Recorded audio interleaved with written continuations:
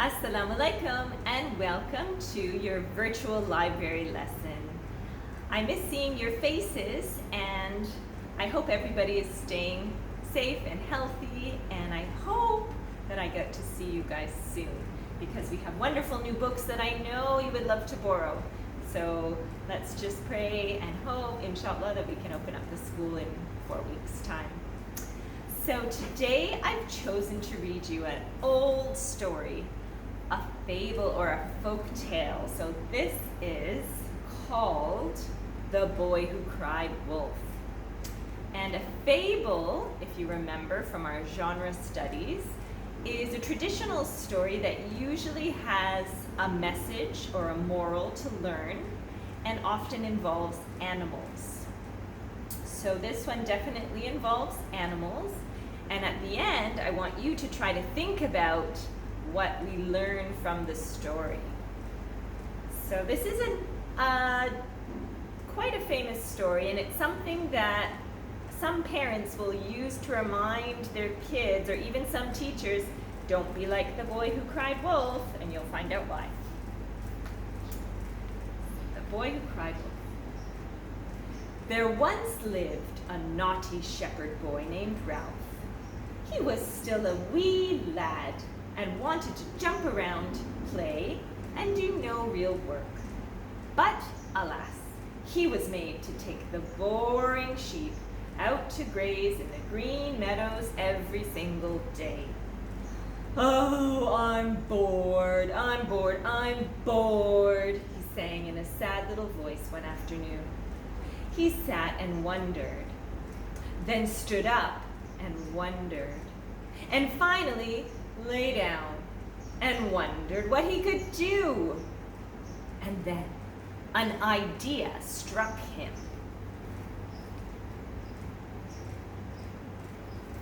So this boy is very bored and he wants to do something to make his day interesting. "Wolf! It's a wolf!" he cried at the top of his lungs. "Somebody save my sheep! Ah! The big bad wolf is gonna get me! Help!" The village baker, the mayor, the butcher, and the wagoner all ran out with rakes and muskets ready to beat up the bad, mean wolf.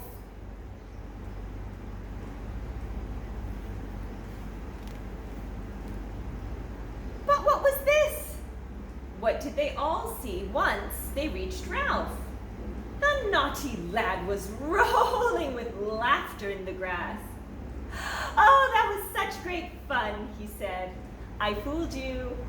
There's no wolf." The men all muttered, "Mutter, mutter, mutter." And then they grumbled, "Grumble, grumble, grumble." The villager in the funny red breeches grumbled the most. They said in unison, tucking away their weapons. They all went away. Why do you think the men are so angry? Because they thought it was a real emergency and it wasn't. There was no stopping Ralph, however. Every time he was bored, every time in the sun, the clouds, the birds, and the bees couldn't entertain him, he would go back to his silly trick.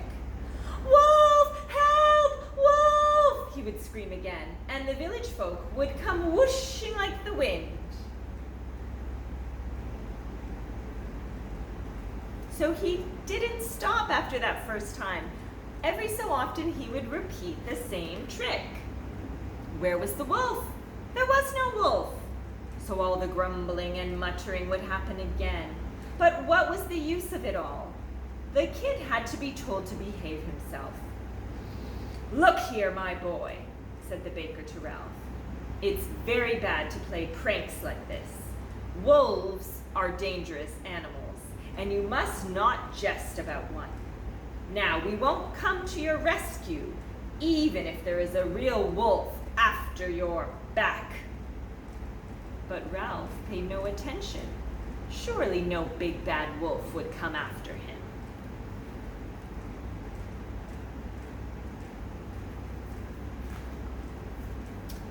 Alas, how wrong Little Ralph was to think no wolf would come. One bright sunny day, Ralph heard a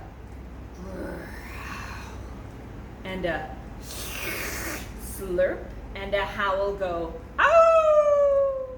Ow, ow, ow! The big bad wolf was here! My, oh my, who would save the sheep now?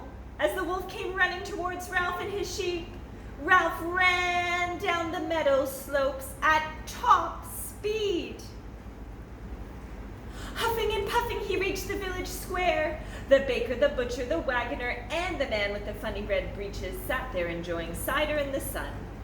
Wolf! Help! Cried Ralph. But not a soul paid attention.